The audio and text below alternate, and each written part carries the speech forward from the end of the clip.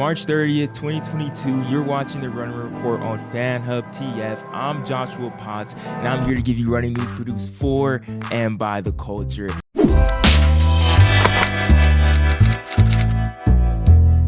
Now, usually on the Running Report, we have the co-host Joshua Potts and then my guy Aaron Potts, Super Hot Potts, always with me. But this week, I'm gonna be hosting this solo. Aaron got some stuff to do, but he is gonna be joining us in a second to talk about the greatest high school distance meet of all time in history. And then I'm gonna go solo for the rest of the show to really talk about how outdoor track is here. Amazing performances across the board this past weekend. And also, Fred Kerley is dominant, and I need to give my 2 cents. And one of these legends is low-key throwing shade on Fred Kerley's name. And then I got my Bell Lab question, which is the question that comes from you guys. So stay to the end to see if your question was featured on this week's Bell Lab. Let's get into it, man. We got 4 topics, 4 questions, and 4 laps to go. I'm excited, man. With 4 laps to go, I want to talk about the greatest high school distance meet that we have probably seen in recent history. I want to outright and say that it was the greatest high school distance meet of all time, but you know there's going to be historians and people in the chat like, oh, this happened in 1980. Whatever. Nah, bro. 2022 Meet of Champions. This past week, we saw one of the greatest high school distance meets ever. First off, Colin Solomon and Aaron Solomon battling out to a 148. Colin Solomon winning it in a 148.8. Then we had Dahlia Frias and Sadie Englehart going out there and running the number 4 and number 7 times of all time for the girls' high school mile. Dahlia Frias winning that in a 4:35.06. Then the boys' mile, we saw Leo Young break the junior class record in the 1600 with en route to a 4 flat 0.77. His 1600 meter time was a 3:59.32, breaking Alan Webb's junior class record. Bruh, I gotta bring in the brother of the same mother for this one, even though he's not on for the whole show. But Aaron, Meet of Champions, it was crazy. I was there watching. I was texting you the whole time while I was there as well, because I have my kids racing. But bro, I gotta ask you this question. What was most impressive moment from this past weekend at Meet of Champions, the greatest high school distance meet in recent history? It's really hard to say what was the greatest moment because Newberry Park really did show up. I feel like I'm the type of person that's not too impressed by a lot of things they're doing. I expect a lot of them, but they really showed out and did their thing. Like Colin Solomon earlier, you know, Cade Flat said he had a Newberry Park smoothie, you know what I'm saying? So maybe these dudes were motivated or something, because 148 is a lot different from 150. And what's more impressive than Colin's 148 to me is that Aaron, his younger brother, who's a junior, ran 148.9. And then let's go to the other junior in the group, Leo Young, running 4 flat. You know what I'm saying? And he's been injured. He hasn't been to his fullest. We saw Lex indoors run that 7:57 on in that 3K, tying Nico's record, but we haven't seen what Leo's done. So for him running that 4 flat was huge. But we can't talk about this meet without talking about Dahlia Frias and Sadie Englehart on the women's side. Like, they ran incredible. Dahlia Frias, she ran 4:35.06. Now coming into this race, I didn't think she was gonna beat Sadie, because Sadie had already ran 4:37 earlier this year. Yes, Dahlia had ran 9:59, and she was beating Sadie all the time during cross country. But I thought, I was like, man, maybe the track, maybe that's where Sadie has her. But they came out and they duked it out 4:35. Dahlia ran 4:35, but the freshman ran 4:36. And it's incredible because we talk about the women's all the time. And whenever we already talk about the high school girls, we're talking about Sophia Gorion, Juliet Whitaker, Rosine Willis. But you gotta start talking about Sadie Englehart and Dahlia Frias. Like, the times they are running are insane. That's not something you see every year. And the fact that Sadie is a freshman doing that, I think that has to be the most impressive thing from the entire week. And like, we are in for a treat these next 3 years if she continues this trajectory, which I believe she will. And now the Newberry Park boys, like that 148 out of the Newberry Park, I know that 4 flat from Leo, yeah, that's crazy. But like, I thought one of those twins, I thought it would be Lex running that time, not Leo. I knew someone was gonna get close to 4, but it's really starting to feel like they all might break 4 in the mile this year. Like that 148 for a junior. Is this dude going for Granville's record next year? Like, is he gonna? You know what I'm saying? It's okay. Hey, we still early. We still early. So I don't know. I'm just saying these dudes are really living up to expectations right now. They really stepped up and actually impressed me. Cause I'd be tough on them. True. No, they really did. They showed out. But we got to give it to Leo Young, bro. 4 flat .77, and that was an amazing race, an amazing effort from him. He didn't get to run this January because, like you said, with the injury and everything. But just the fact that he broke Alan Webb's record. If you're breaking the Alan Webb record in high school as a junior, that's impressive. That's very, very impressive. It just shows there are very good things to come. Now, I feel like Lex can be there, right? Be there too. He may have just had an off day or nothing. I don't really know, but I don't think he's a 404 guy. He's probably more 4 flat or 401. I think they're all like 4 flat. But I just feel like the fact that he's able to run 4 flat at this time shows me, like how you were saying, that everyone in this group has the ability to run 4 flat. Lex has the ability to run 4 flat. Aaron has the ability to run 4 flat. So that is just more impressive to me, just knowing that the Newbury Park boys, like you said, the potential of them breaking 4 this year has definitely gone up. Bro, Penn Relays is about to be crazy. Are they going to break 1603? With On Athletics in their race? I think they actually have a real shot at all breaking 4 in this 4 by mile. And I think that's why I'm really impressed with Aaron, because like we've been hearing, from their coaches, like, oh, Aaron Saltman has the most raw foot speed. And we're like, oh, he ran 153. Okay. And I feel like people have been doubting him. Like, oh yeah, he's just Colin's little brother. But no, this dude can beat his brother in the 8. He's right. He ran. I know he lost to his brother, but his brother. I don't know if he can beat him. I don't know if he can beat him. I'm just saying. I don't know if Colin's gonna let him. I'm not saying he's will. I'm not saying. I'm just saying I don't know if he will. But all I'm telling you is Colin ran 148.8. Aaron ran 148.9, and his name is Aaron. So I know he's beast. But I'm just kidding. But I'm just saying no. Like he's that close to him in the race, so he doesn't look at him as his big brother or someone who's better of him. Like, I don't think Leo or Lex can beat him in the 8. 140. If you could run 148, you could break 4 in the mile. You know what I'm saying? It just takes a little bit of strength. So he definitely has like next level type of speed, bro. And like he's only a junior, so we may see him around 147 next year. Get close to 140. Those are the goals that they have. You know what I mean? Like they don't put each other on pedestals above each other. So that's why I really do think they can break 16 in the 4 by mile. They made me a believer.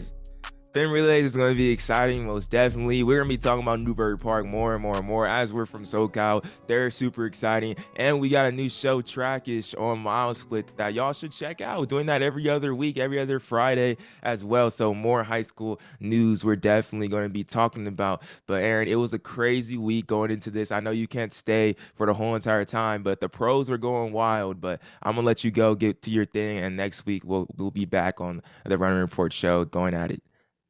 Yes, sir. Now, with 3 laps to go, I want to take you guys round the track for really week 1 of the outdoor track season. We had Texas Relays this weekend, a couple more meets around the U.S. and around the world where we've seen a lot of amazing performances. And let me just go down the list. And at the end, I want you guys to comment down below what was your favorite performance, or what performance you find most impactful or most meaningful or more impressive. Just comment down below and believe me, what was your favorite performance? So I'm going to give you some of my favorite performances from Texas Relays and just across the whole entire track world. And let's just go around the track real quick. Let's start here. Anna Hall scoring 6,412 points at the Texas Relays, number 4 in NCAA history with the Florida Gators. And you know why this is so significant is that we still have the 2021 national champion from NCAAs who's here. The Texas Longhorns, Tiger Giddens, is still in NCAAs. So at the NCAA championship, we're going to be looking at a Hall versus versus Giddens matchup. The number 3 and number 4 all-time performers in the heptathlon's NCAA history will go head-to-head at NCAA championships.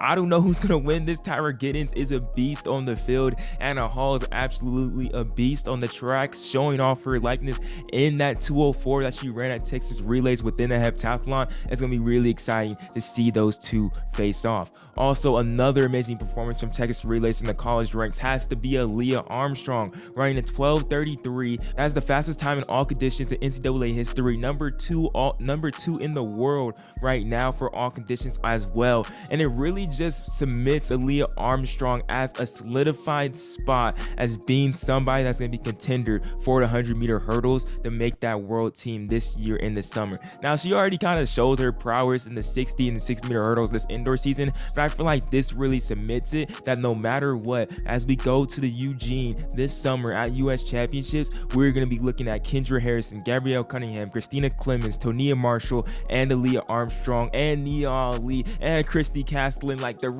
list can really go on and on and on of these amazing women that can make this US 100-meter hurdle team, and she has just made that list even longer. Another great performance though that really just became routine at the Texas Relays is Benjamin Azamati from West Texas, from Ghanaian, representing Ghana, who went out there and ran a 9.90 at Texas Relays. Last year he ran a 9.97 to break the D2 national record, and that just catapulted him to a great season, making the Olympics for Ghana. But he wasn't able to really run faster after that 9.97. He didn't break 10 seconds again that season. That was his opening race. This is his first 100 outdoor season, running even faster than last year, 9.90. So I'm just hoping for Benjamin Azamati something has changed in his training. Obviously he's stronger, he's faster, he ran 9.90 this time. Plus, let's get under 10 again, Benjamin. I think this is going to be a good sign for Azamati. I'm excited to see what he's going to do, and really representing for D2. Another great performance was Sierra Barnes from USC, running 11.07 and a 10.82 win aided.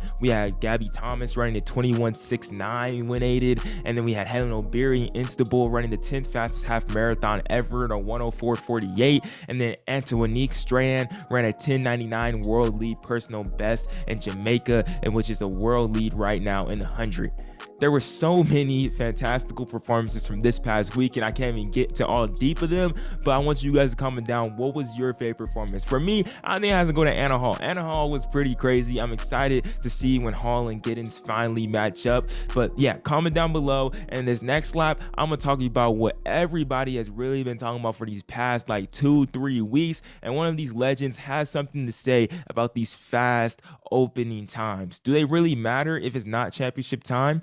2 laps to go. This guy right here, Fred Kerley, had another crazy opener. He opened up in the 100 this past weekend in a 9.99 in Florida, number 2 in the world, only behind Benjamin Azamati's 9.90. And it's really just incredible to see what Fred has done in these past 2 months. He opened up first in Grenada in the 400, 44.6, and then he opened up in Arizona that next week with a 20.04 in the 200, having the world lead now in the 400 and 200, and he's number 2 in the world in the 100 as well. But I want to bring this conversation to the table. Michael Johnson put out a tweet after this, and I'm only assuming that it's about Fred Kerley. MJ talking about Fred Kerley, saying, let's talk about the fast season openers at the end of the season. All caps, consistency at the end of the tweet. Now, I don't know, we can interpret this how you want, but this is definitely directed towards Fred Kerley, maybe Gabby Thomas's times, and the fast openers that we usually see. So I gotta bring on the question into y'all. Should we just take these fast season openers with a grain of salt? I don't know. Personally, for me, especially his 400-meter time, we talked about this about 2 weeks ago. This is Fred Kerley's fastest 400-meter time ever, opening up the season all the way in February. I think that's a big statement, and the fact that he has the 4.2 really just shows that this dude is in peak shape and ready to go. But it's really going to come down to what he's going to be like when it comes to championship time. Is he going to be able to perform? Is he going to be able to live up to that level and live up to that hype that he already has? For me personally, right now he's showing me that he is. I have all the confidence in the world in Fred Kerley, and I'm just excited. What event is he going to choose? Is it going to be that 1-2 double? Can it be that 4-2 double? Can it be a 1-4? I don't know. That's what really just That's really what's just intriguing me. And what is he particularly want to do? What do you want to accomplish? I think he just wants to win. But with one lap to go, it's our bell lap question, which is a question that really comes from you guys every single week. And this week's comes from MJPTV asking us, who is the most underhyped pro in track and field? And I low-key feel like, Matt, this goes from our last question. Fred Kerley, probably...